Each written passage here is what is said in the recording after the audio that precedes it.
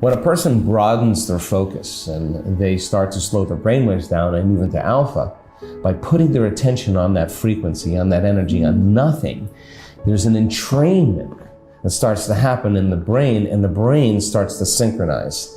And different parts of the brain that were once firing out of order, larger communities start to form together, and what syncs in the brain links in the brain. So now all of a sudden you see the brain going, the whole entire brain, on the same rhythm, on the same wavelength. The person's experiencing wholeness, right?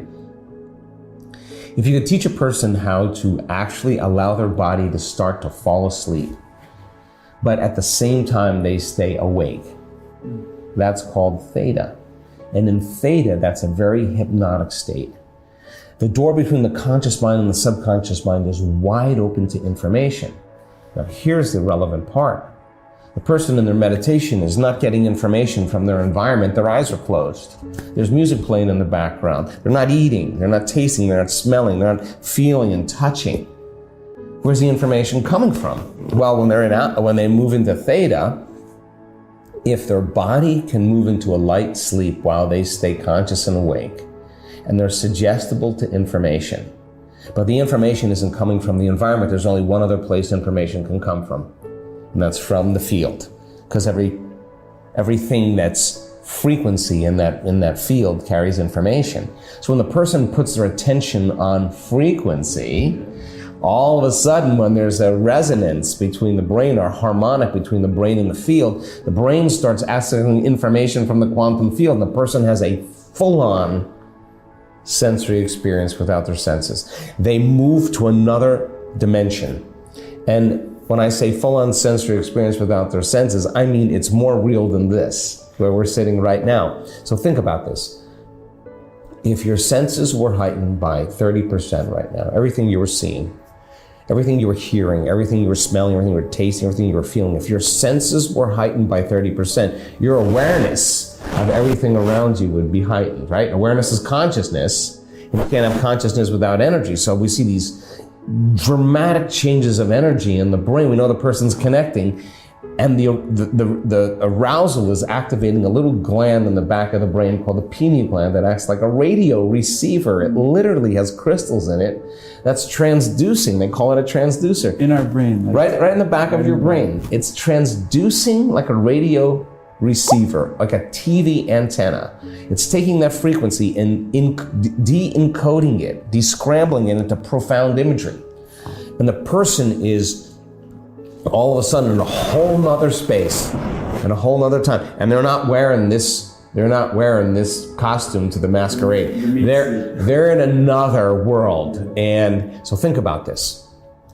Full-on sensory experience without your senses, more real than the realm that you're currently in. Without any external... Without no exogenous substances, no plant medicine, no nothing. The derivatives that are made from the pineal gland fit into the same receptor sites as serotonin and melatonin, but they're an upgraded version of melatonin. Now, melatonin already causes you to dream, but now you are going to lucid dream. Melatonin already causes you to relax. You're going to make a benzodiazepine that's going to shut off all the survival centers in your brain. Your brain's going to make Valium. You're going to be chillaxing. Melatonin's already an antioxidant, anti-aging, anti-heart disease, anti-stroke. And all of a sudden now, you're going to produce two derivatives, the most powerful antioxidants known to man. Take the molecule, tweak it again, and the same chemical is found in hibernating animals. Hibernation, body goes into stasis, no sex drive, no appetite, no preoccupation with the environment. The body now, you don't even know you have a body. Take the molecule, tweak it again, and you got the same chemical found in electric eels. What's that have to do with anything? Well, electric eel has an enormous amplitude of energy in their nervous system, and we get these high amplitudes. Now, the person has experienced a whole nother aspect of themselves, the unknown self. Not the self that you're aware of, the unknown self that is dimensional. And the biggest lie that we've ever been told is that we're linear beings living a linear life. We are dimensional beings living a dimensional life. Now, that experience is being recorded in the brain. That's what experience does. The emotion that the person is feeling, the arousal of ecstasy, the arousal of bliss, it's not coming from out there. The person is awakening to this feeling, right? And the side effect of this transformative moment, this transcendental moment, is an upgrade in our biology. Sometimes you see the eczema on the person's skin they had for 10 years, then it's gone. It's gone. You see the Parkinson's, then it's gone. The person's been blind from a stroke for the last 2 years, they're seeing now. The person's been deaf for 10 years because of a rattlesnake bite, they're hearing again. Did they come with the intention to heal that specific? Sometimes yes, sometimes no. But what's happening is lights are out in the thinking neocortex and the autonomic nervous system, the limbic brain. That's where those high amplitudes of energy are happening. And the autonomic nervous system controls and coordinates all other systems. It touches every other cell in the body.